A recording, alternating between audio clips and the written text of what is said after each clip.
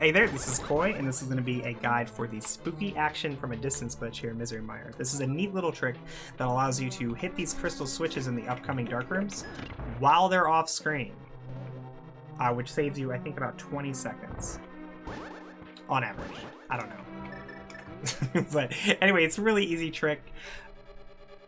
Anyone can do this. All it needs is somebody telling you exactly how to do it, and that is what I am doing right now. So you're already well on your way to being a master at this really neat looking trick. That one was behind a bomb wall even. Now this one you can actually see the color change on screen from blue to red. Pretty awesome, right? Okay, so how do you do it? How do you do it? I will show you. So the first thing we want to do is go anywhere on the overworld, doesn't matter. We are going to flute to 6. When we flute to 6, that is when we set it up.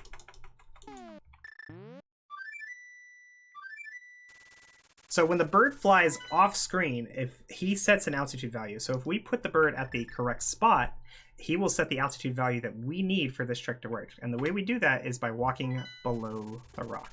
There you go. That's it. That's all you had to do. I'll show you again. If I was too fast, I'll show you again. All we do is walk below the rock as he's flying away. We did it. We set it up. Amazing, right? Amazing. Typically, you don't stand there and just look at the block, though. Like, we're going to pick it up and go to the dark world. But that's not the necessary part. It's just being below the rock is what sets it up. There you go. We set it up. We can go ahead and skip ahead through the dungeon. Pretend we did all the other dungeon. Everything's fine. And now we will do the trick. So unfortunately, there are some things we can do that break that altitude value that the bird gave us. One of those is the powder. That will break it. One of those is the lamp. That will break it. And one of those, unfortunately, is the Cane of Samaria. That also breaks it. So how do we get through the dungeon? We have to use the Cane of Samaria, right? That's the whole purpose of this dungeon. This is the Cane of Samaria dungeon. Well, just like there's some things that break it, there's some things that prevent it from being broken, which is amazing. The most common of those is going to be kicking up dust. So if we kick up dust as we're placing the block, it will prevent the block from breaking the glitch. So all we do is hit A and then Y. Real simple. Not A-Y. That's different. A and then Y. A and then Y. Super easy, right? Another of those is sword beams. So you just hit sword beams and then drop the block. Not too fast, though. Sword beams. There you go. Shooting a silver arrow and then immediately switch it to the cane will also do it. And lastly, shooting the fire rod and then immediately switching to the cane will do it.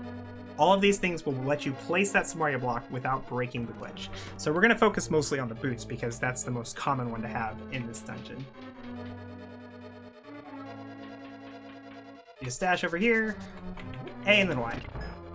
Easy. If you get hit by a fire rod or fireball, it doesn't matter. It's going to be fine. You're gonna be fine. Go away, because I need to talk for a second. All right, we'll save state here. All right, so in this next room, save state again. In this next room, we're gonna hit this spike while we're in the third divot. So we were in the first one, we dipped to the second one, and now we're in the third one. If you were in this position, when you fire rod that spike as it's above you, it will work. Boop. Boop. Boop. You can hear it, right? You hear it? It's working. Here, we'll miss on purpose. So you didn't do it that time. But we're the spike is our target. We're just trying to fire rod that spike. Now, you can do it like super, you know, a million frame perfect inputs to do this as fast as humanly possible. I can't even do it. It's so hard. I'm trying to cut it too short.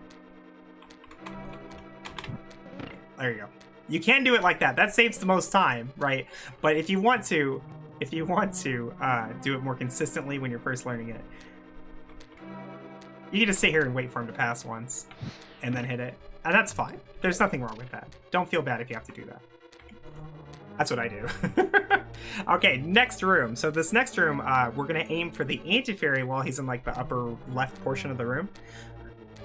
Behind the blue switches. And the way I do that is I walk left to these orange, and then I hold up and left until I can see this crack on the wall. Okay, so I did that kind of fast. So we walk left to the orange, and then we walk, like I walk left until I'm on the orange blocks, and then I hold up and left until I can see that crack. And that's when I shoot the fire rod. So left, up, left, shoot. See? Super easy. Once again. Left, up, left, shoot. And if you missed, like if you went too far like this... Oh no, it didn't work. Amazing. You know, you can still do it.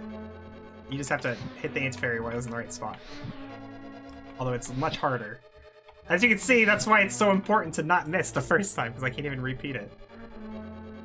Come on, let me do the thing. There we go. But that's why the setup is so helpful. So it's just left to the orange, up left to the crack, and shoot. Works every time. Bum, bum. Left, up, left, shoot. And we can just continue walking through all the way through.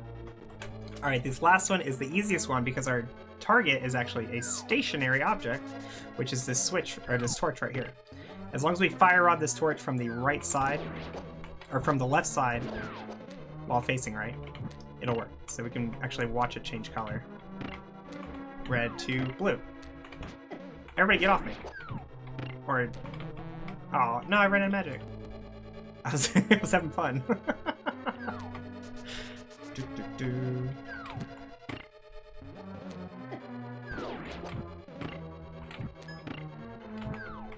As you can see, like, there's no like super tight execution or anything. As long as you hit the fire on at the right spot, it works. Doesn't matter how many times you bonked, how many times you took damage, how many times you got turned into a bunny.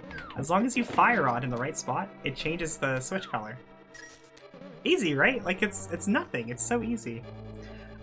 So I hope you learned something from this trick, because this is one of those tricks that it looks so daunting. It's like, oh my god, that's so amazing. How did you do that?